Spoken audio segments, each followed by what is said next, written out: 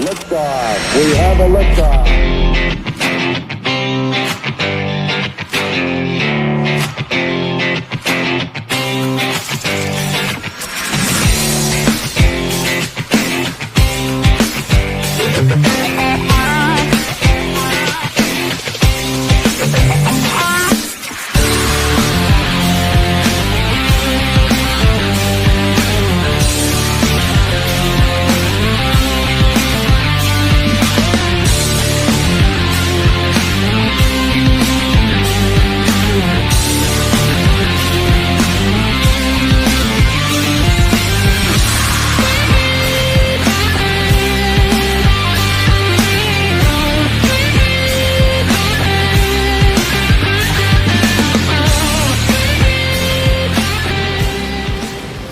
All right, guys, welcome into another episode.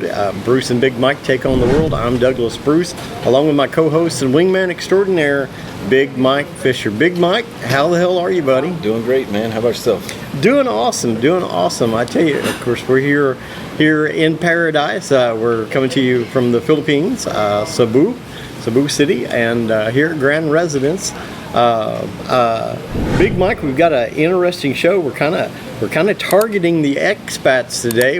Now our audience has been split since we started this show about almost 2 months ago.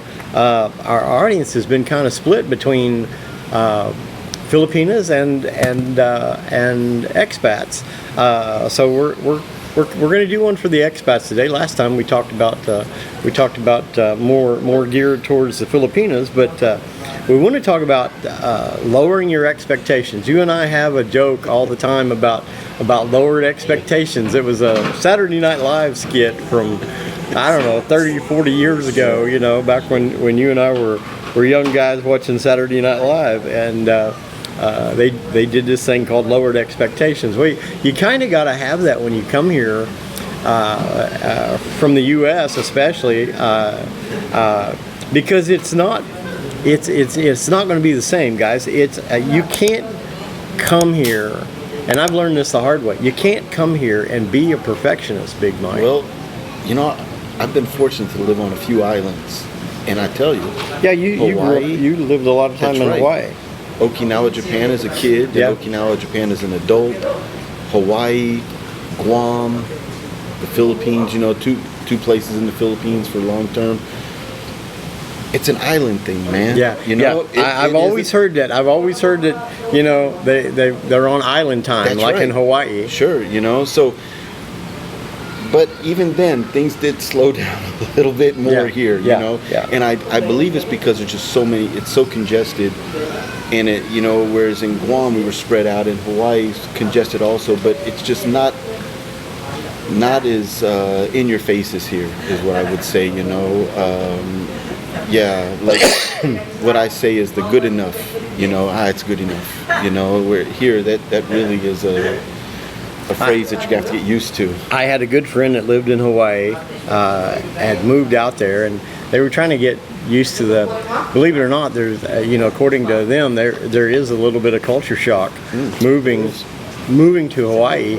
It's not exactly the same as in the U.S. and they were getting a car repaired, and they expected it to take 1 to 2 days, you know, that the car would get in and all of that. And after about a week, they went back to the car place. They'd called a few times, and they went back, and there sat the car over in the corner, hadn't even been touched, and you know, they kept asking them and got a little sideways with the guy that was doing the car repairs.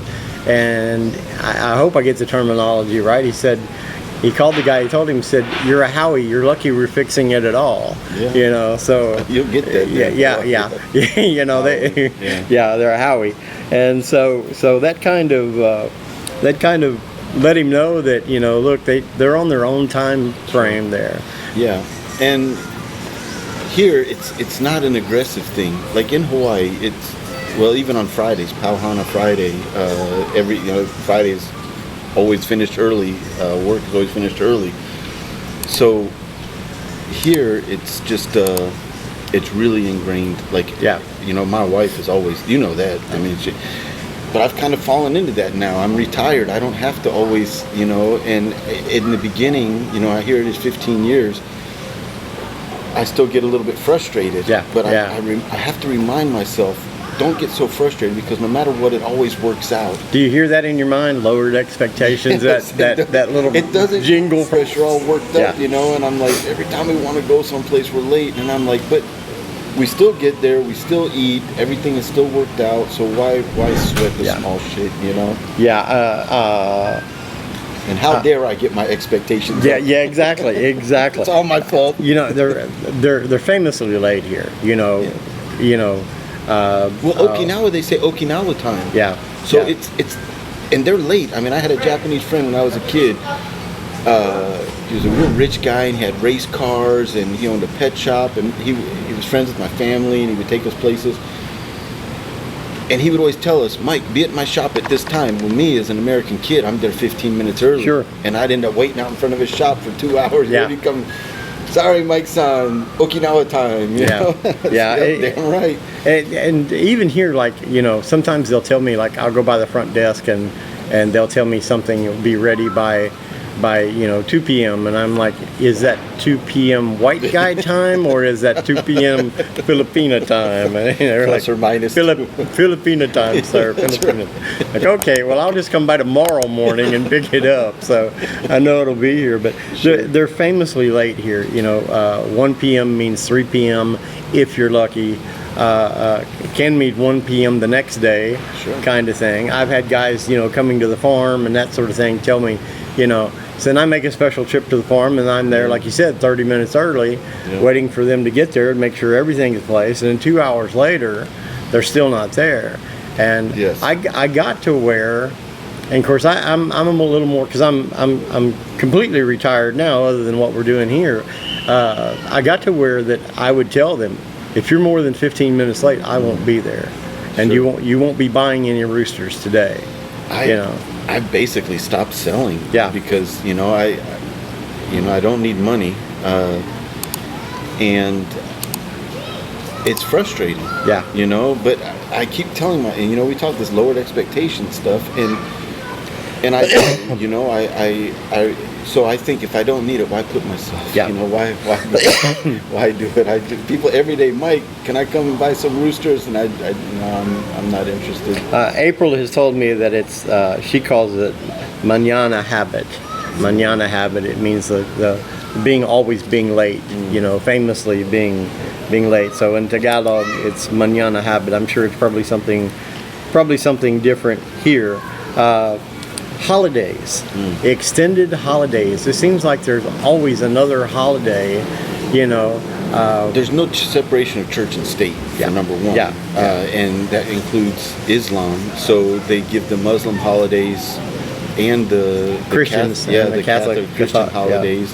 Yeah, so Christmas starts in September and runs until... Even the Chinese New Year, my kids were off. So we just talked about that. Well, Holy Week is an actual week of being off work, and everything freaking closed. That's another thing. The closures here for the holidays and stuff. Now they're getting better, but 5 years ago, 7 years ago, they were closed more then than they are when now. I first got and imagine me, 15 years. It's really you're right about that. I've noticed that too. That things don't close down, shut down like they as bad as they used to be. When I first got here, I don't remember which holiday it was, but I went to go buy like a roasted chicken or something. This was when we lived in Liluan, and I rode all over and everything was closed, and I was like, holy crap, man. Literally everything. But now, would the rapture happen or what? Everybody's gone. That's right. Damn, I missed it. That's right. Oh, you forgot me. But you're right, and now 15 years later, they still close, but it's not like it used to. Yeah. But I tell you, my kids are out of school all the time. That's why you don't know when the last day of school is every year, because they have to factor in how many days they're going to be in school. So they just push it out a little bit. But yeah, they're off from school all the time for one thing or another. Yeah, and because it is evolving and changing, it's hard to know when they're going to be like this year at Christmas time. I was telling April, hey, we need to stock up on a few things because I don't know if are they going to be closed on New Year's. Are they going to be closed on New Year's Eve? Or the grocery store is going to be open? Is the 7-Eleven going to be open? And what about Christmas Day? Are they opening up on the 26th or whatever? And she's like, no, babe, 7-Eleven won't even close. They don't even close anymore. And there didn't used to be 7-Elevens like this. I mean, I can remember when they put the 7-Eleven in the Luan near our house, when Vincent was old enough to, like, say he wanted ice cream, and we would go there, and that was just a novelty because it's the only one around. And now there's a 7-Eleven in every corner. So that's they don't close. What do you think about now you drive? I stopped driving because of my handicap. I walk with a cane, and it's getting harder and harder for me to control my legs with precision like I used to be able to. But you drive, if a guy's going to come here and drive, now if you live in Cebu, you don't need to drive at all. Practically there's it's cheaper to not drive. Yeah, it actually is. And I'm talking if you caught significantly cheaper. If you caught a ride every day, you still, because I mean, let's say my truck payment is almost $20,000. Then the insurance, $20,000. Gas and maintenance and oil. That's right. Every 3 months. Tires. That's right. Once a year or whatever. That's right. I just spent $15,000 on tires. But I have a wife and kids. So if a single guy comes here, you really do. I mean, I didn't. Or even a guy with a girlfriend, or just a couple. When I say single, that's what I mean. Because if you have a kid, it kind of it's sometimes you get in a cab, there's no air condition, so you want to have that. But I wouldn't. I tell people, don't just get you a little motorcycle or something, a little scooter to put around in. But you don't need a even here, especially if you're a single guy, hobble. You can get around on the what is it, Joyride? I caught one the other day from my gym up to where I park my truck. There's no parking at my gym. And it cost me 30 pesos, I mean, it's so cheap. About 60 cents, guys. 60, 50, 55, 50 cents. About 55, let's say that, And the bus is only, I normally catch the bus, but when I came out of the gym, that's the same time everybody's getting out of work, and it was Friday, and the first 2 buses that pulled up were all completely full. So I just flagged one of those motorcycles. He came by and I saw he had 2 helmets. I said, Gaisano, how much? He said 30 pesos. Well, here in Cebu, you got so many options. If you're 15 pesos now, for a bus. because of my handicap, I can't ride on the back of a motorcycle. It just ain't gonna happen. I'm not gonna put myself in that situation anyway. I don't even like April to ride simply because fear of an accident. You're not protected on a motorcycle like you are on a car. So I don't even like. She rides on occasion. I could just feel like I got home. I told Pauline, I said, man, I rode this motorcycle. I felt like the front shocks were just all the way at the tip. Riding a wheelie down the road. I could just tell that the guy didn't have much control. No, I could we're on feel the it. edge of out of control. You're just floating, Well, you can imagine a guy my size with my limited flexibility and all of that. It'd be dangerous. Once in a while, she'll ride one. Usually, I don't know about it until after she gets home and she tells me. I can usually tell she's been on one because she's got a helmet head. She's got the helmet hair. But I don't like for her to ride them. But you've got Grab here that's everywhere. It's easy to. There's an app that you can use, and it's easy to get a Grab driver, and they'll come almost. Cheaper than taxis, I believe. They are. They actually are, and a lot more comfortable. Sure. Usually bigger, more room. They're not worn out and dirty like a taxi usually is. They all have good air conditioning. They all smell good. They're usually privately owned vehicles. So and you can get them to come anywhere and pick you up. Just with the app. You don't have to call. A lot of times now, it's easy to catch a cab here, just a taxi cab, just about anywhere. But if you're on a main road or even a side road, but if you're someplace off the beaten path, there's not any taxis passing there, so it makes it a little tougher. But even here, they will call a taxi for you. If you go to the front desk and say, "Can you get me a taxi?" The quality of the vehicles in the Grab is what I'm always amazed much about, better. I think when we went to eat with you guys that time, or we came here for some reason, and then we went. ride that picked us up, that's what I was saying the whole way. Like, wow, look at this. You know, Yeah, it's like a yeah. Toyota Avanza or something that was really nice. Whenever April and I get in one, normally the vehicle's brand new. Yeah. It's sometimes it even has a new car smell, or even still have a sticker on it. You know, so I think that's something that Grab actually. Well, I have vehicles, and I think it's easier to catch a ride sometimes. If I have to deal with the parking or, you know, maneuvering through, I can just sit back and relax. And all of these taxi drivers and Grab drivers, the majority of them, will also do private chauffeuring for you if you want to go, you know, up in the mountains or something. You can hire them on a Saturday. You know, they'll take, and they're not that expensive. I mean, you can, you know, for about like $40, you can go to the mountains all day and be gone. Sure. You know, and $40 or $45, you know, $50 at the most, and you buy them lunch. You know, and they'll go with you. They'll go with you about all day. Guys, it's tough being a perfectionist here. If you're going to come here and you're going to live here, you're going to have to understand this is their country. We're guests here, and you don't go in somebody, even if you're paying for it, you don't go in somebody else's house and expect them to change, to move the furniture around to suit you. You know, so just a couple of things touching on here that. Well, I think that I would say Europeans also, because Europeans are known for, especially Germans, they like everything perfect, you know. Look at their cars, precision machines. So any engineering coming out of Germany is phenomenal. That's right. It's a step above. Even a guy like me, you know, military guy, when I come here, you just want things to conform a little bit, and then you know, is that how you want to spend your last few years of your life? Trying to fix the society or something?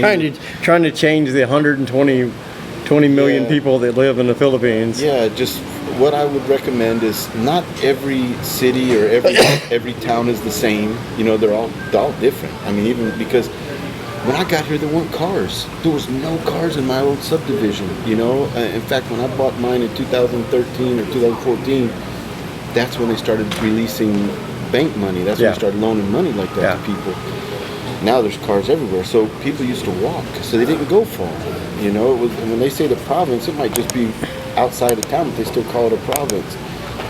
So each area has its own unique cultural norms, and I think that people need to find one that they fit into. Like me, I'm a city boy. I grew up in cities, but I still like the mountain. And I think Mandaue suits me. You know, people are friendly. When I walk in the mornings, everybody says hi. I always feel like I'm running for mayor or something there because people are so friendly to me.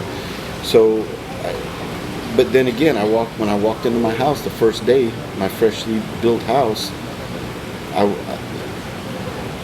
that was my first real experience with things not being to our standards, you know, like the tiles. I said, what is this, you know?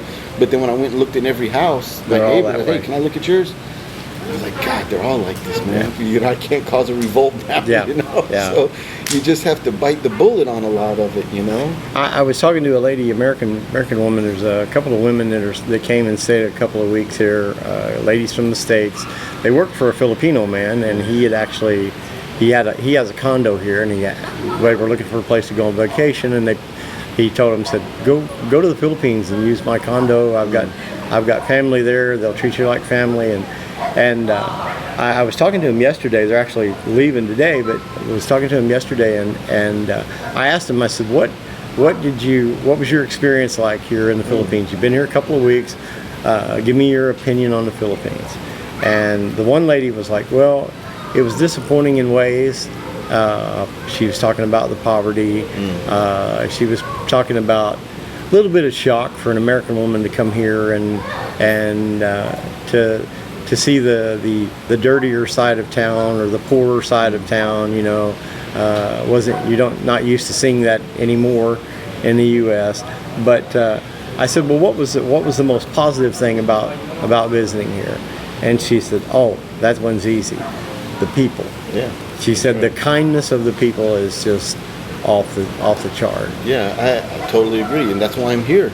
You know, I went to all those other countries reconning to see where I wanted to live when I retired. And you just can't, especially Cebu. Cebu is even different than Luzon, I say, you know.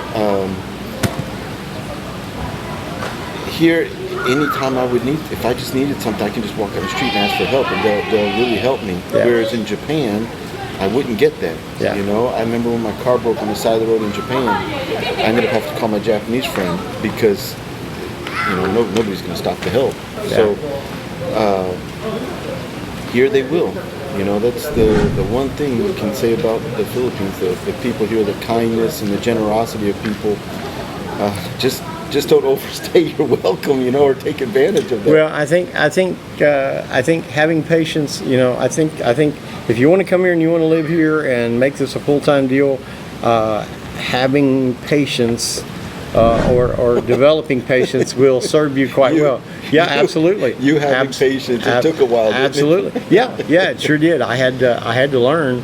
And one thing about me is I've always been adaptable. Yep. I'm open-minded, and when this doesn't work, then Me and you are both hotheads, man. Well, yeah. You know? And when I'd we go as met- far as to say we're both assholes at points. Yeah, that's right. You know, but being able to adapt, That's you right. know, is an ability that obviously you have, and you've been military, and you know, you're being able to assess a situation Yeah. and then come up with a different strategy. Sure. It makes a huge difference. So guys, have patience, lower your expectations. It's not always going to be just like it was back in you know, California or Texas or New York or wherever you're from. Learn to lower your expectations, and remember the reason that you're here. You're here, you know, you're here to retire. You're here to there's all these reasons that you came here. So keep that in mind, you know. So guys, we're going to wrap this up. I want you to, if you like the show, I want you to hit the subscribe button, hit the notification bell. You can email us at the address on the screen right now, and tell us what you want to see, what you want to hear. We'll try to cover some of it. If you've got any questions for me and Big Mike, you can email us there at Bruce and Big Mike Take on the World at Gmail. Bruce and Big Mike at gmail.com. That's the address. I'll get it right here in a minute. But appreciate it, Big Mike. We'll give you the last word, buddy. All right, guys, take care. We'll see you next week.